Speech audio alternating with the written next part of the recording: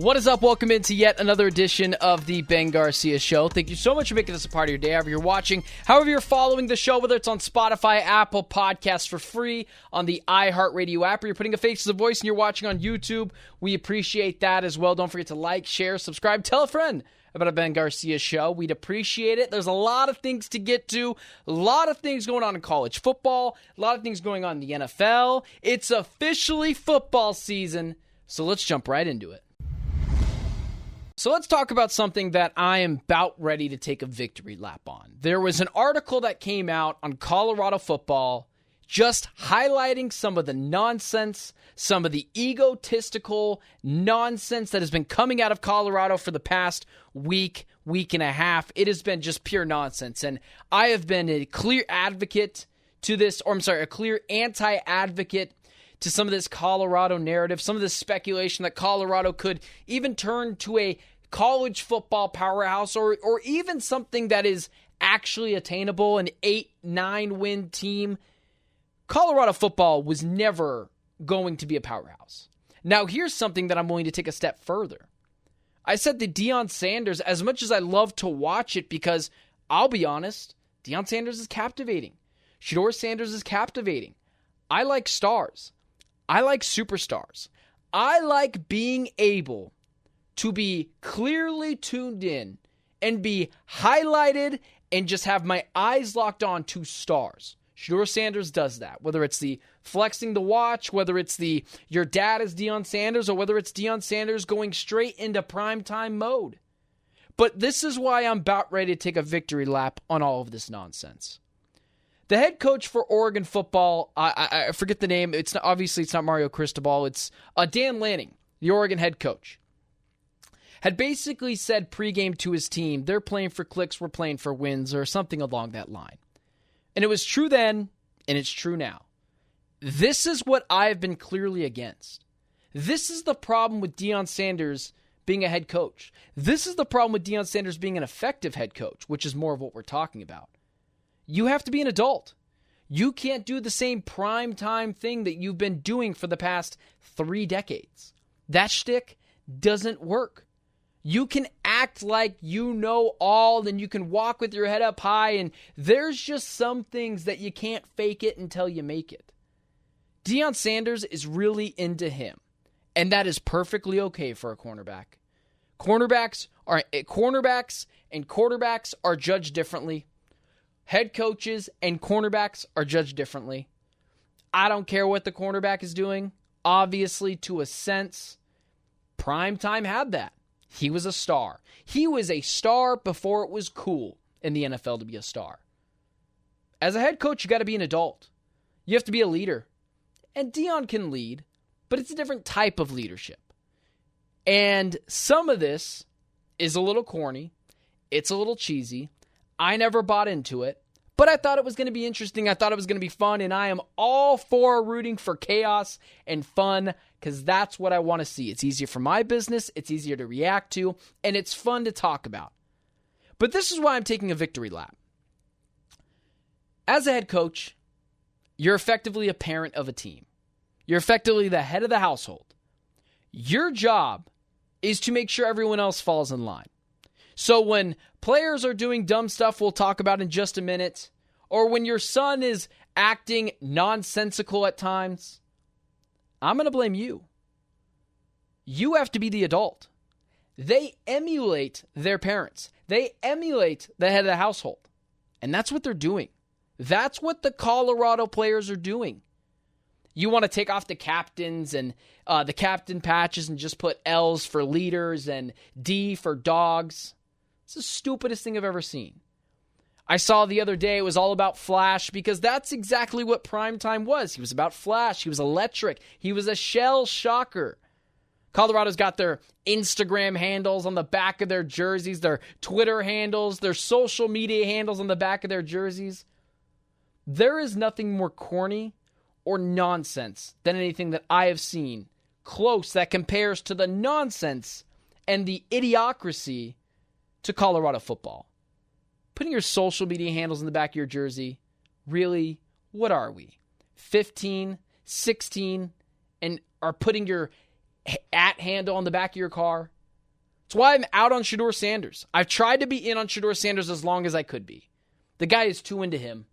And that's not what the quarterback position is about. The quarterback position is I will take all the blame and give all the credit to someone else. I'll take all the arrows and shield my teammates from everything else.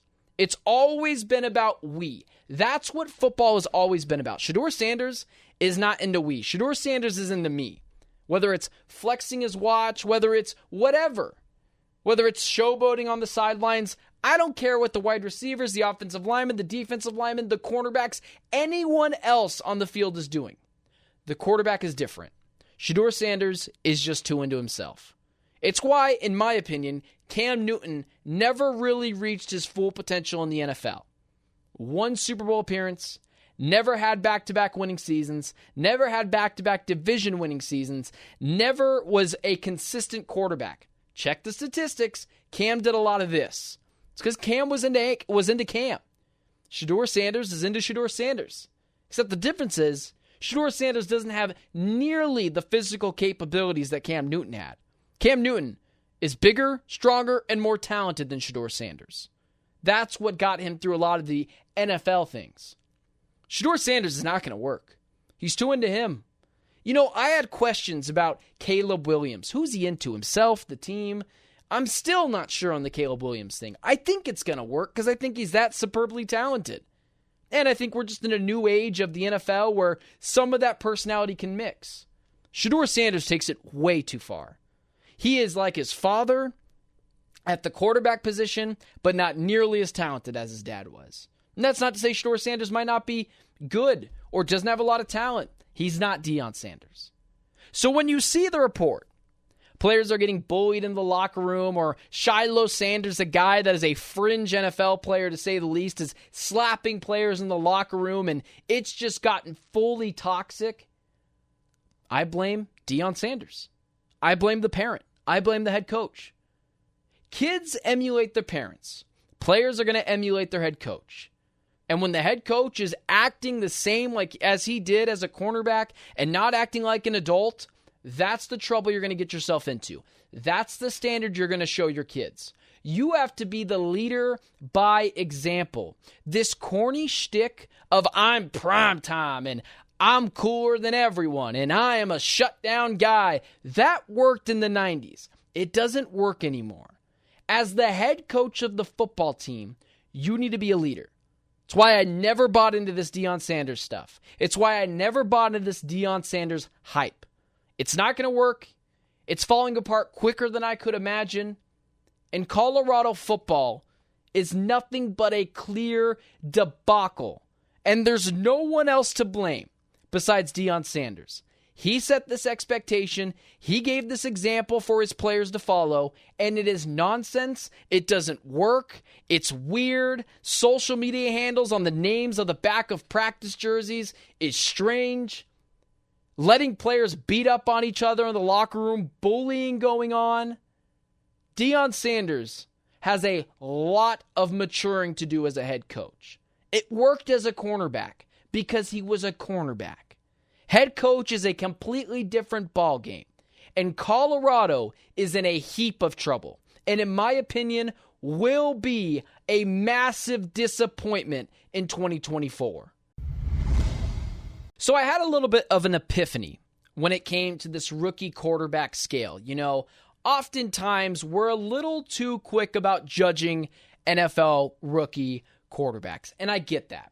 They've never had as many snaps as they've ever had before. There's more training. There's more coaching. Players have never been set up to succeed more in football than they are now, especially with an NFL that is clearly leaning offense. So when you talk about who could win Rookie of the Year or who will be the best rookie quarterback, it's always about circumstance.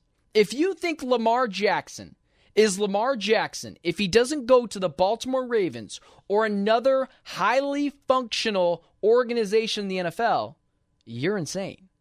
If you think Josh Allen doesn't switch bodies with Patrick Mahomes and is the quarterback of the Chiefs, you don't think they don't win as many championships? You're insane. And likewise, does Patrick Mahomes win any championships, win any Super Bowls if he's on the Buffalo Bills? Life is about circumstance. Positions are about circumstance. Success is about circumstance. You can only be so talented in the NFL. So it got me thinking, who will be the most successful quarterback in the NFL this year? Is it going to be Caleb Williams?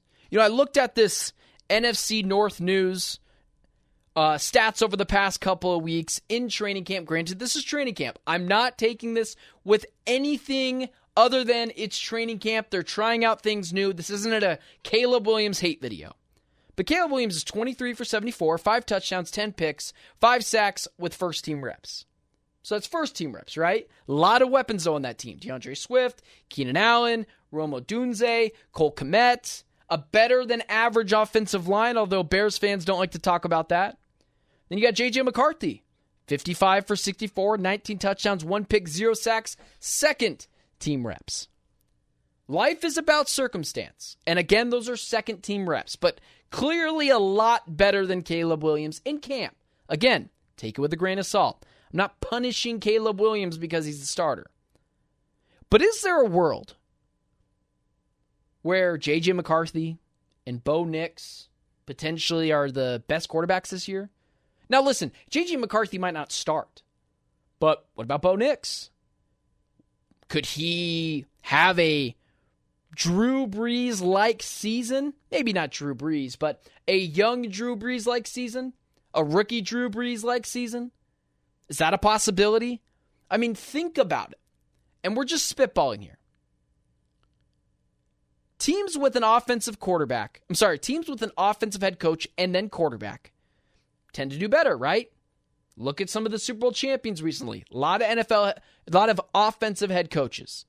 Caleb Williams has got a defensive head coach, a guy that I believe they should have kicked out the door before.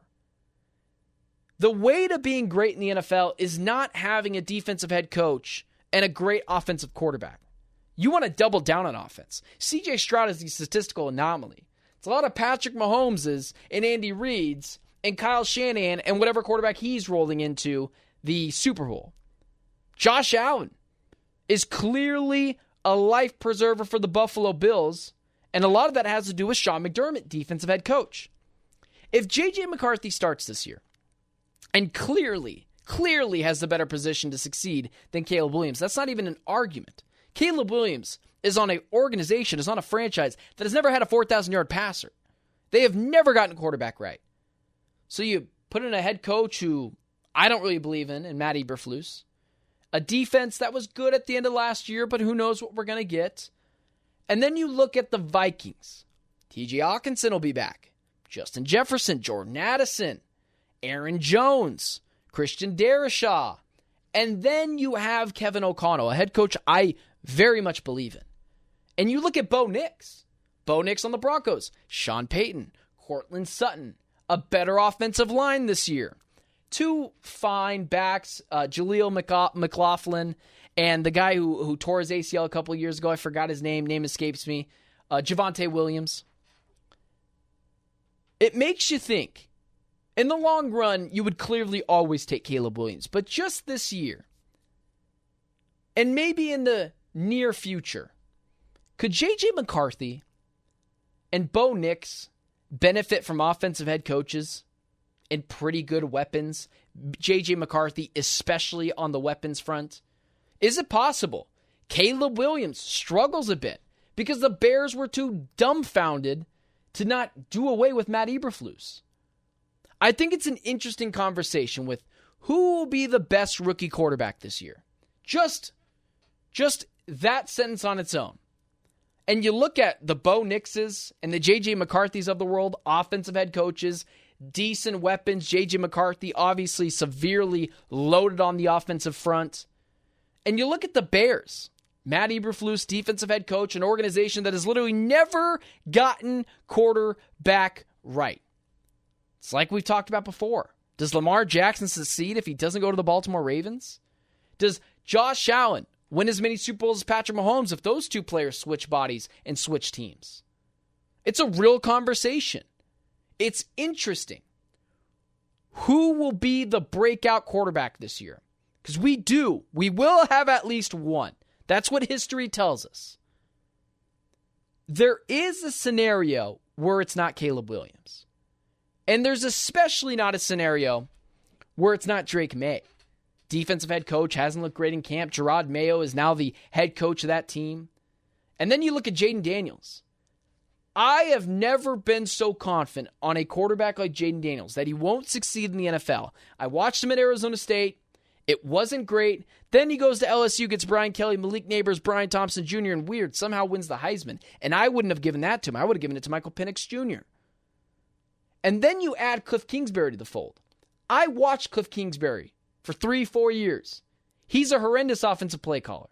He's only failed up everywhere he's went. So if you're just looking at circumstances and you're just looking at what each rookie quarterback has been given, there's a strong case. The best quarterback, if they all start this year, is J.J. McCarthy, simply because circumstance matters. And J.J. McCarthy, Bo Nix, they have those. The other guys simply don't. And that is a real issue. Circumstance matters in the NFL. We see it everywhere. And J.J. McCarthy, Bo Nix, great circumstances, especially with offensive head coaches. Jaden Daniels, Drake May, Caleb Williams, defensive head coaches. Don't love that. Circumstance matters. And there's a real argument J.J. McCarthy and Bo Nix could benefit from that. I'm ready to hit the panic button just a little bit with the Arizona Cardinals. Just a little bit. I've been at training camp. I dropped a vlog. Hope you guys liked that. Not my best work, I would say, but, we learn as we go.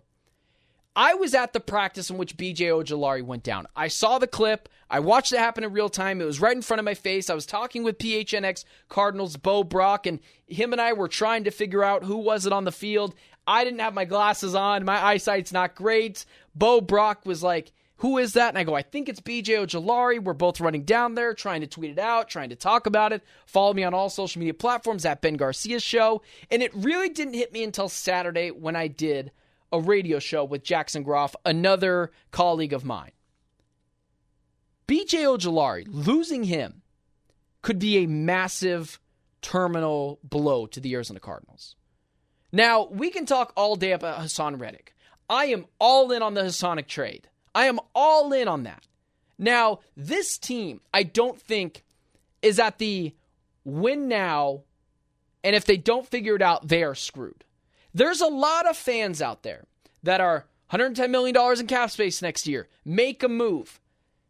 The reason why the Cardinals have that much cap space is because they haven't been ridiculous in their signings. They've made smart, capable signings that help this team. But this league has always been about building in the draft. It has never been about free agents and trades. That's not the case. It will never be the case. What matters in the NFL is how well you draft. And the Cardinals recently have drafted pretty well. Michael Wilson, Trey McBride, you name it on this team. Who knows? Maybe Trey Benson really breaks out. Yoda Froholtz, the center, that's a guy they got. This offense, they didn't draft Yoda Froholtz, but they do have him now. This offense, they're clearly saving their pennies for when all these guys come up and need contracts. Look at the 49ers. They're not going to pay Brandon Ayuk. They can't pay Brandon Ayuk because now they got Trent Williams and they got Brock Purdy coming on. They have a money problem. You know who doesn't have a money problem? The Arizona Cardinals. If Kyler Murray has a breakout season this year, just a monstrous season, he's going to hold out next year. He's not going to want to make $46 million a year. Michael Wilson, second year of a 4-year deal. He does well this year. He's going to want a new deal. Trey McBride, third year of a 4-year deal. You got to save those pennies for down the road. And trust me, that money is not as plentiful as you think. So this $110 million is what I try to explain to 49ers fans too, is you're saving that money. Here's why I'm in on the Hassan Reddick thing. And then I'll talk about what happens if they don't do that. Hassan Reddick makes sense. He fits the mold. If I'm not mistaken, he hasn't missed a single game in the NFL. If he has, it's like 1 or 2. And he's played since, I believe, 2015. Hassan Reddick can play. And double-digit sacks in, I believe, his last 4 or 5 seasons. Including one where it was 17 and a half sacks. He's 29 years old. I believe there's a deal out there where you could trade for Hassan Reddick and get him here for a 4th round, 5th round pick, 3 years. He's still on this timeline of winning. That all makes sense. Hassan Reddick works for the Arizona Cardinals. Not old, not particularly young, kind of in that sweet spot where you'll still get him for probably 2 more prime years. And guess what? The Cardinals are going to need a pass rusher next year as well. So you help solve that issue too. But let's say they don't do anything. Let's say they believe in the guys they have, Xavier Thomas, Zaven Collins, all these guys. Let's say it doesn't work out. I am very bullish on the Arizona Cardinals this year. I've capped their wins at 9. I believe they're going to be the 7th seed in the playoffs this year, but I'm not going to call it a failure if they go 8-9 and they just miss the playoffs. I'm not crazy. Here's what can really ruin the Cardinals season. If they do nothing about B.J. Ojulari, and they're wrong about their pass rush room, it's not as good as they think. And B.J. Ojulari was that key piece they needed. And doesn't matter how good I think the defensive backs have been in camp this year. Doesn't matter how much of a strong suit I believe it can be. You could put the Legion of Boom back there. You got no pass rush, it ain't working out. That Seahawks Legion of Boom team, Cliff Averill, Michael Bennett, real deal pass rushers, you need that. And if teams are just picking apart these guys because they can't get any pass rush, that could swing a team that I believe that can win 9 games, only win 5 or 6 games. That's a real possibility. Even the worst quarterbacks, Daniel Jones last year, picked apart the Cardinals because they could not get a sack, could not get a pressure. That's an issue. That's a huge issue. I believe the Cardinals got to make a move. Because if it is so bad, the pass rush that is, if it is so bad that it's 5 wins, 6 wins on the season, that's not a great season. And then you start to look at Jonathan Gannon. Even if Kyler Murray has an awesome season, I am totally bought into Monty Ossenfort and Jonathan Gannon. I think they're awesome, superb at what they do. First year for Jonathan Gannon, you kind of give him a little bit of a break. The personnel was awful. I wasn't so much against the scheme. But you think of it like this. If the pass rush is so bad, and Jonathan Gannon can't get anything out of them, and they only win 6 games because teams are just picking them apart because it doesn't matter if they have a good or great or terrible quarterback. All quarterbacks can pick apart a defense if they have enough time. See Daniel Jones last year in the second half where they beat the Cardinals because they couldn't get a pressure. And the Cardinals missed the playoffs. And it's kind of a disappointing season because of how bad the pass rush was. Because the corners can't cover everyone forever. And then you start to really think, how bad could this get? Then you start to think, is JG a good head coach? He can't even get his side of the ball correct. The easy insights of how good a head coach is how good is their side of the ball? D'Amico Ryan's defense, pretty good last year. Kyle Shanahan's offense, awesome. Andy Reid's offense. JG, we kind of need you to fix the defense. Could all this good juju for the Arizona Cardinals go away because their pass rush is that bad? It's 6 wins. JG looks like he can't figure out the defense. The pass rush isn't there. Teams are picking them apart. This is why the Cardinals have to make a move. Because it is okay if the Cardinals are average this year. 7 wins, 8 wins, at the highest of highs, in my opinion, great. 9 wins. But if they win 5 games this year, all that good juju with the fan base, 26,000 plus that showed up to the red and white scrimmage the other day, it's all gone. Same old Cardinals. They can never get it figured out. What is Monty Ossenfort doing? Can JG even coach? It might not be DEFCON 1, hit the red button, break glass in case of emergency. But there's some panic in that Cardinals locker room, or at least there should be. And seeing Jonathan Gannon speak, seeing Zaven Collins speak at the press conference the other day, I was there as well. They seem calm. And I kind of need a fire to be lit under their you-know-what. Because I believe this team is in desperate need of a pass rusher. And if they throw everything at it and it doesn't work, what are you going to say? They tried their best. Sometimes it just doesn't work out. Maybe it's not Hassan Reddick. Maybe it's going getting Yannick Ngakoue. I'm not against that either. But you have to do something, because a blank, poor pass rush can cost you a season in which there's a lot of good juju. The fan base is starting to fall in love with you. Everyone is starting to love what the Cardinals are doing. But this pass rush is no small feat. It is an issue, and it's got to be addressed. And you cannot allow this pass rush dilemma cost the Cardinals a great and potentially very promising season. Thanks so much for tuning into the Ben Garcia Show. We appreciate you guys making us a part of your day, whether it's Spotify, Apple Podcasts, or free on the iHeartRadio app. You're putting a face to the voice. You're watching on YouTube. Don't be afraid to tell a friend. Let them know about the Ben Garcia Show. We appreciate you guys tuning in. There should be another show later on this week. I'll be at Cardinals training camp again on Tuesday. I'll be at the preseason game on Saturday, working, covering the media. It's been busy. Thanks for tuning in. And until next week, I'm Ben Garcia, and it's been the Ben Garcia Show.